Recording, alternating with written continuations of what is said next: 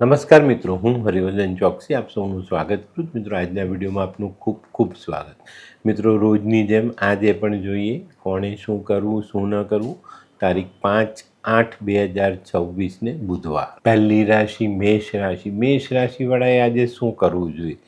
મેષ રાશિવાળાએ આજે પક્ષીઓની સેવા કરવી જોઈએ, પક્ષીઓને ચણ નાખવું જોઈએ, અને ચણમાં જો લીલા મગ નાખો તો સૌથી સરસ. શું નથી કરવાનું? મિત્રો, આજે આપણા ઘરનું બગડેલું ભોજન કોઈને ખાવા માટે આપવું નહીં.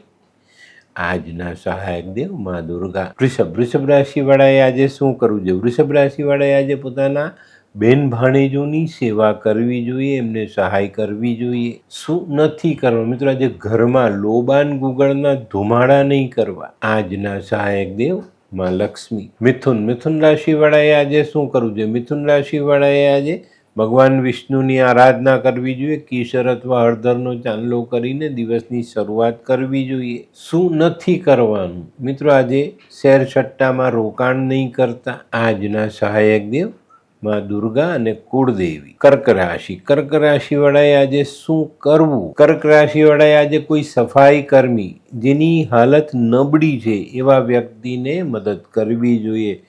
ધનથી કરી શકાય, ભોજનથી કરી શકાય, વસ્ત્રથી કરી શકાય. શું નથી કરવાનું? મિત્રો, આજે કોઈ ખોટો દસ્તાવેજ નથી કરવાનો.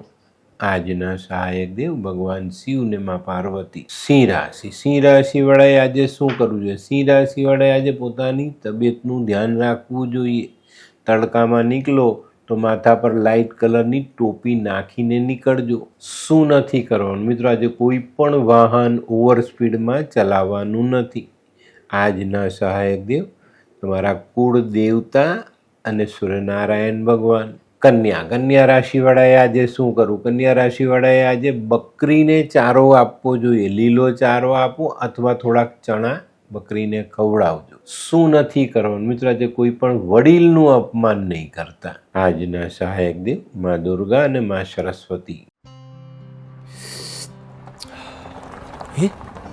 આ કોણ છે?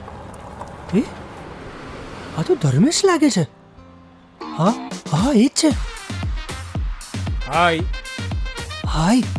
શું વાત છે? ઓહો, કેવું પડે? Hi Dharmesh. Hi Darpan, nice to meet you after very long time. વાહ, કેમ છે ભાઈ? તું અહીંયા આટલા વર્ષ ક્યાં હતો? લંડન. અરે જસ્ટ કાલે જ આવ્યો અને આપણી આ જગ્યાની ખૂબ યાદ આવી એટલે બધાને મળવા આવ્યો. તને મળીને આનંદ થયો દોસ્ત. કોટ, ગાડી, તારી તો આખી લાઈફસ્ટાઈલ જ ચેન્જ થઈ ગઈ. અરે દોસ્ત, મારા હાથમાં એક જાદુની ચાવી આવી ગઈ અને મારી આખી જિંદગી બદલાઈ ગઈ. શું વાત કરે છે? એવી તો કઈ જાદુઈ ચાવી છે? મને પણ આપ. જો તારે પણ તારી જિંદગી બદલવી હોય તો બનાવી લે લાલ કિતાબ. લાલ કિતાબ? માનવીએ પોતાના ગ્રહો અનુસાર કયો વ્યાપાર કરવો જોઈએ તેની જાણકારી કુંડળી પ્રમાણે મેળવીને પછી જ વ્યાપારમાં આગળ વધવું જોઈએ. અને આનું સચોટ માર્ગદર્શન લાલ કિતાબ દ્વારા મેળવી શકાય છે. તો બનાવી જોઈએ પોતાની લાલ કિતાબ. તુલા રાશિવાળાએ આજે શું કરવું જોઈએ? તુલા રાશિવાળાએ આજે માં દુર્ગાની આરાધના કરવી જોઈએ અને માં દુર્ગાના મંદિરે મીઠો પ્રસાદ ચઢાવી ખાવો અને ખવડાવવો. શું નથી કરવાનું? મિત્રો, આજે ઘરના મંદિરમાં બેસીને બહુ લાંબી પૂજાઓ નહીં કરતા.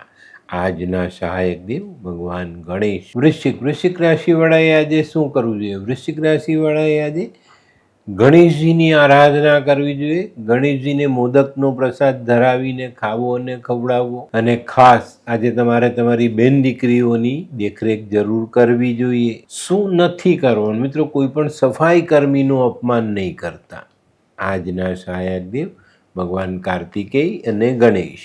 ધનરાશિવાળાએ આજે શું કરવું જોઈએ? ધનરાશિવાળાએ આજે કાબર ચિત્રો ધાબળો મંદિરમાં દાન કરવો જોઈએ. શું નથી કરવાનું? આજે કોઈ પણ બીજા વ્યક્તિને નુકસાન પહોંચાડવું નહીં. આજના સહાયક દેવ ભગવાન વિષ્ણુ અને બ્રહ્માજી. મકર રાશિ વાળાએ આજે શું કરવું જોઈએ? મકર રાશિ વાળાએ આજે ચંડીપાઠ વાંચીને દિવસની શરૂઆત કરવી જોઈએ અને માં દુર્ગાના દર્શન અવશ્ય કરજો. શું નથી કરવાનું? કાળા ભૂરા વસ્ત્ર પહેરવા નહીં. આજના સહાયક દેવ ભગવાન વિષ્ણુ અને શનિ. કુંભ રાશિ વાળાએ આજે શું કરવું જોઈએ? કુંભ રાશિ વડે આજે લીલા શાકભાજી કોઈ ગરીબ પરિવારને અથવા મંદિરમાં દાન કરવા જોઈએ. શું નથી કરવાનું મિત્રો? આજે ખોટા ખર્ચા કરવા નહીં. આજના સહાયક દેવ ભગવાન નરસિંહ. મીન રાશિ વડાએ આજે શું કરવું? મીન રાશિ વડાએ આજે પોતાના કુળદેવીના દર્શન કરવા જોઈએ, એમની આરાધના કરવી જોઈએ અને આપણા ઘર પરિવારની જે સ્ત્રીઓ છે એમની સેવા અચૂક કરવી જોઈએ. શું નથી કરવાનું મિત્રો? આજે પિતા અને પિતા જેવા વ્યક્તિઓનું અપમાન કરવું નહીં. આજના સહાયક દેવ ભગવાન વિષ્ણુ ને મા લક્ષ્મી.